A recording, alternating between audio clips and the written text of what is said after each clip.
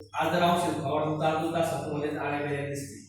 म्हणजे त्याची वाढत होतात म्हणजे याने काय होईल ते नियंत्रण करतात आपल्याला. त्या बघा ही निसर्गात निर्माण केलेली शत्रुकीट मित्र किडे सगळ्या घरामध्ये जुन्या काळात निघली स्लॅबचे घर वगैरे आहे.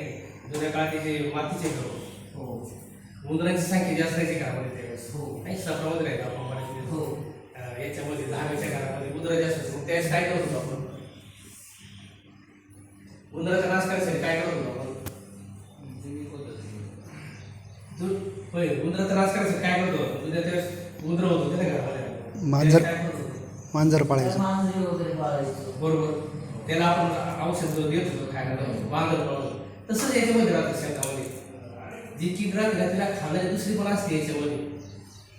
पण काय होतं रासायनिक जर औषध मारलं आपण दोन्ही असं आपलं मित्र मरतं शत्रू मरतं काहीच उपयोग होतं डबल नुकसान होतं. त्याच्यामुळे आपल्या सेंद्रिय शेतीकडे चालायचं. दुसरी गोष्ट म्हणजे सेंद्रिय शेतीमध्ये पहिली आपली सेंद्रिय शेतीच होती. पण तुम्हाला माहिती आहे वसंतराव नाईकांनी काम केले हरित क्रांती झाली तुम्ही ऐकले तेव्हा आपण चर्चा करणार आहे. हरित क्रांती झाल्यामुळे काय खताचा वापर वाढला वेगवेगळ्या व्हरायटी आलेल्या जास्त उपयोग झाल्या जास्त जमीन जो काय सगळा कशी सगळा तो निघून चाललेला आहे. दिवसेंदिवस आपण शेणखत जमिनीमध्ये टाकत नाही टाकतो शेणखत नाही टाकत जमीन आपण विश्रांती घेतो नाही शेणखताला आपल्याकडे पैसे आपण हिरवळीचं खत घेतो का जमिनीमध्ये कीड मारण्यासाठी हिरवळीचं खत ताक घ्यायचं माहीत असतं तुम्हाला तो घेतो का आपण कधी तो एक घ्यायला पाहिजे 3 वर्ष 2 वर्ष द्यायला घ्यायला पाहिजे. आपण दिलं तर आपल्याला मिळणार आहे ना आपण तर देतच नाही की काय मिळणार साईबाबाला लोक दान देतात मग त्याला बरोबर देतात तसंच राहता सगळं चेकत असेल 2-3 वर्ष म्हणून आपण 1.5 महिन्यात पीक आपलं सोडून द्यायचं खरीपातलं सोडायचं ना 1.5 महिन्यामध्ये तुमचं ती द्यायच्यावर आता गाड्या बिंदू गाडून टाकायचा नंतर तुम्ही कांदा करायचं तिथं बाहेर कांद्याचं बरं टाकायचं तिथं खत वाढवतं.